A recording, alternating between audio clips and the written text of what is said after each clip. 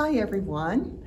The last few weeks we've been talking about the season that we're in right now, fall or autumn. And so today we're going to read this beautiful book called The Apple Pie Tree by Zoe Hall. And you're going, Miss Mary, pies don't grow on trees.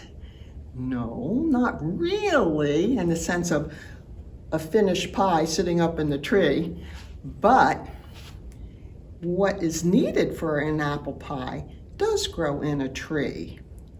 So let's find out how we get from a tree to something delicious to eat. Once again, this is The Apple Pie Tree by Zoe Hall.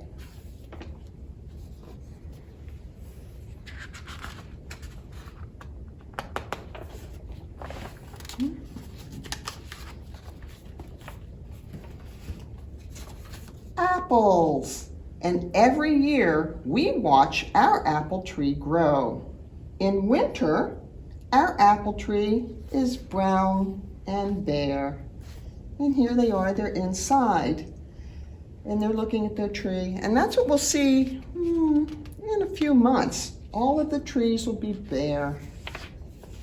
But in the spring, leaves grow on every branch. Look! 2 robins are building a nest in our tree. Tiny pink flower buds appear on the branches, and the robins chirp loudly. They're guarding their eggs. And robins' eggs are blue. In fact, we even have crayons in a color called robin's egg blue. So here are the eggs in the nest, and here's the little boy, little girl, and they're looking at the flowers. The apple blossoms are getting ready to bloom. And just when the buds open up, baby robins break through the eggshells. And there's one of the robins, either the mom or the dad, feeding the little baby birds. And so now our tree is covered with blossoms, and the baby robins begin to grow feathers. And we see some other creatures that are here in the apple tree. And these are very, very important. The bees, because they're our pollinators. Also, our butterflies are pollinators.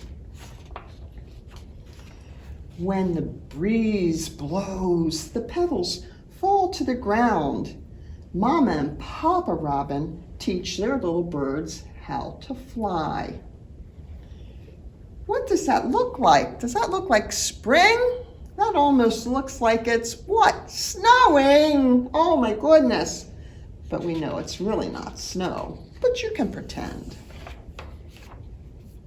Some days it rains and the wind blows hard, but our apple tree is strong and the robins are safe in the branches. And the trees really need to have the rain because that's how they continue to grow, get their food. Small green apples grow where the blossoms used to be.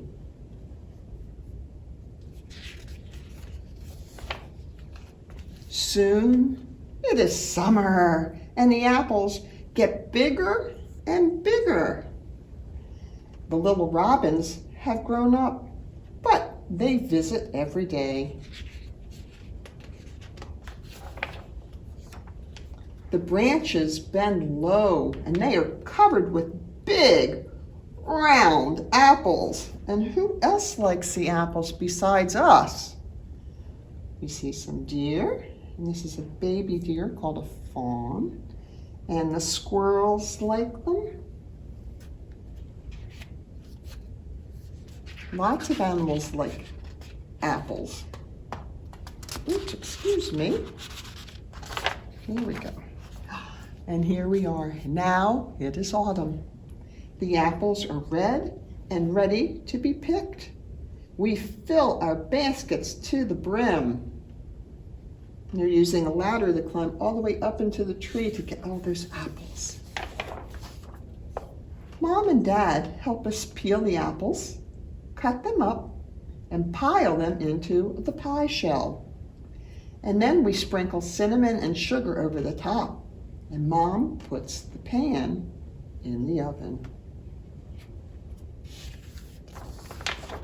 At last, the pie is cooked and ready to be eaten. Our tree has grown an apple pie. It smells so good. And it tastes delicious.